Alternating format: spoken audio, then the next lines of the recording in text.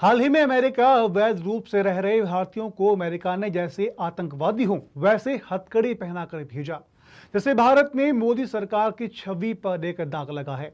हालांकि भारत में सालों पहले पकड़कर अपने देश भेजे गए अवैध बांग्लादेशी फिर से भारत लौटने लगे हैं, जो राजस्थान में अपनी पहचान बदल करके अपने ठिकाने बना रहे हैं।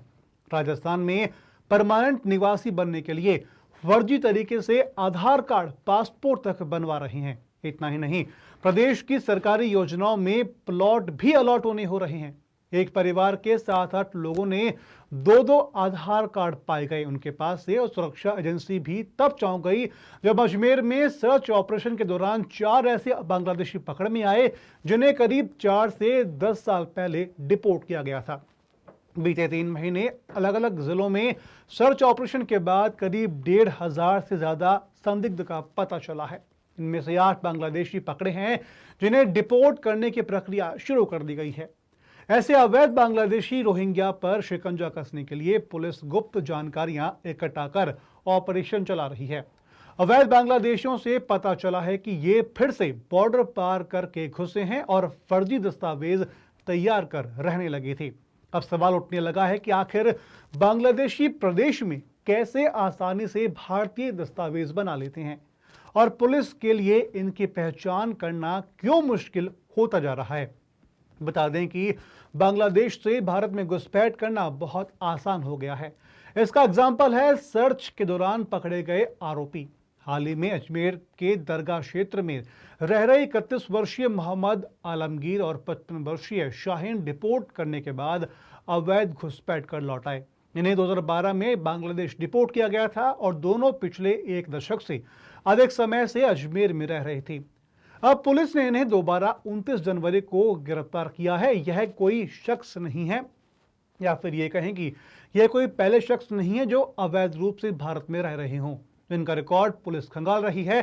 जयपुर पुलिस ने हाल ही में 27 जनवरी को अलग अलग इलाकों में छापेमारी की थी, जिससे पुलिस की 100 टीमों ने अंजाम दिया था। इस दौरान 500 से अधिक बांग्लादेशी और रोहिंग्या को संदिग्ध मानते हुए चिन्हित किया गया। पुलिस कई रोहिंग्याओं के पास से शरणार्थी के रूप में रखे जाने वाले UNHCR ग्रीन कार्ड मिले हैं। पुलिस को अंदेशा है कि ये दस्तावेज फर्जी बनाए गए हैं। इनकी जांच की जा रही है। एडिशनल पुलिस कमिश्नर कुंवर राष्ट्रदीप ने बताया कि चारों DCP ने अपने इलाके में सर्च ऑपरेशन चला रखा है। पुलिस को कुछ लोगों के पास भारतीय दस्तावेज नहीं मिले तो कुछ ने संदिग्ध दस्तावेज दिखाए। इनके दस्तावेज की जांच की जा रही है। और हाल ही में जयपुर वेस्ट पुलिस ने पिछले साल 20 अक्टूबर को भांकरोटा इलाके में रह रहे अवैध रूप से बांग्लादेशी परिवार को डिटेन किया था, और पुलिस ने जब इनके दस्तावेज जब्त किए तो उनके पास से बांग्लादेशी पहचान पत्र, चरित्र प्रमाण पत्र, स्कूल सर्टिफिकेट मिले थे।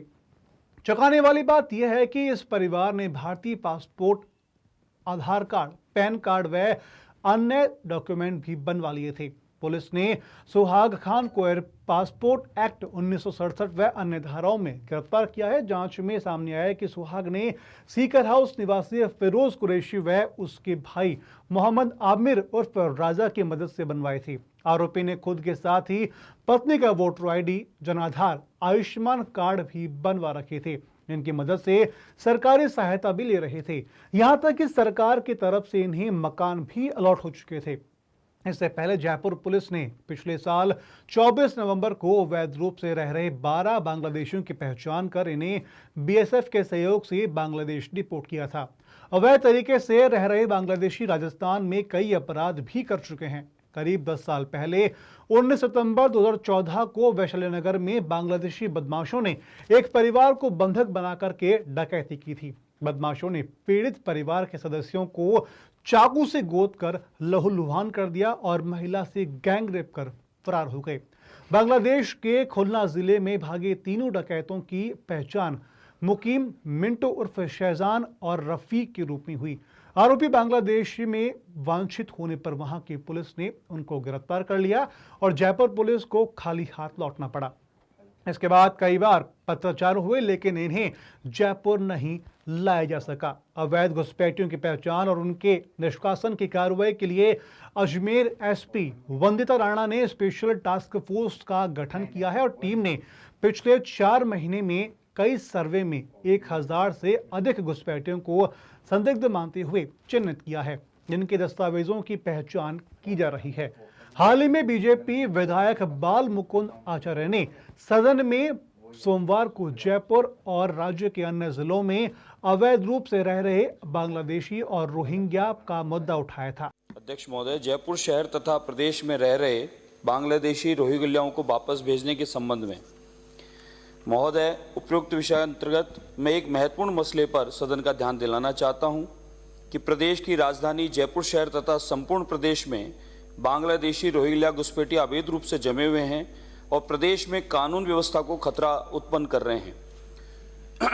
उक्त रोहिंग्या बांग्लादेशियों के यहाँ पर दलाल सक्रिय हैं, जो इनको यहाँ से लाकर कहीं से लाकर यहाँ बसाने का काम तथा इनके वोटर राशन कार्ड और सरकार की सुविधाओं का लाभ दिलवाने के लिए कागज बनवाते हैं। सारे प्रमाण पत्र बनवाने के बाद सरकारी योजनाओं का लाभ इनके द्वारा लिया जा रहा है, जिससे देशवासी पात्र हैं, उनका हक ये लोग खा रहे हैं। इन रोहिंग्या बांग्लादेशियों ने सरकारी आवास योजना और जयपुर विकास प्राधिकरण की योजनाओं में आवास तक आवंटित करवा लिए हैं। प्रदेश के विशेष समुदाय विशेष आबादी में अवैध रूप से फर्जी मित्र बनाने वाले इसके संस्थान हैं, जिनके द्वारा ये कागज बनवाए जाते हैं, जिनके माध्यम से आधार कार्ड, राशन कार्ड आदि बना लेते हैं। इन दलालों के माध्यम से सरकारी योजनाओं में पंजीयन करा लेते हैं। विगत सरकार में समय सरकारी कार्मिकों एवं इन दलालों की मिलीभगत से अवैध कारोबार बढ़ा है। इसके अतिरिक्त उक्त अवैध घुसपैठियों द्वारा चोरी, नगजनी, हत्या, लूटपाट के अपराध भी किए जा रहे हैं। शहर की कॉलोनियों में कुछ लोगों द्वारा प्लाटों में छोटे छोटे कोठरी नुमा कमरे बनाकर किराए पर इनको दिया जा रहा है, जिससे कॉलोनियों की सुरक्षा खतरे में है तथा इनके द्वारा गंदगी फैलाई जा रही है। जनता द्वारा लगातार मांग की जाती रही है कि अवैध घुसपैठियों को यहां से वापस भेजा जाए। अतः प्रक्रिया नियम 295 के अंतर्गत ये विशेष उल्लेख प्रस्ताव प्रस्तुत कर निवेदन है कि जयपुर शहर तथा प्रदेश के इन बांग्लादेशी रोहिंग्या घुसपैठियों को खदेड़ा जाए तथा इनके दलालों को फर्जी ई मित्र सेंटरों के खिलाफ कठोर कानूनी कार्रवाई की जाए, ताकि हमारा प्रदेश सुरक्षित रह सके। संपूर्ण प्रदेश में महोदय, अध्यक्ष महोदय, संपूर्ण प्रदेश में जो लिखा है उसके अलावा एक अक्षर भी नहीं, संपूर्ण प्रदेश में अधिकारियों के द्वारा जांच कराई जाए ताकि ये घुसपैठियां यहां से निकाले जा सके। खैर, विधानसभा में भी अब ये मुद्दा उठ चुका है। आने वाले दिनों में इस पर सरकार क्या एक्शन लेती है, यह है देखने वाली बात होगी। ऐसी और भी खबरों के लिए आप बने रहिए पंजाब केसरी के साथ।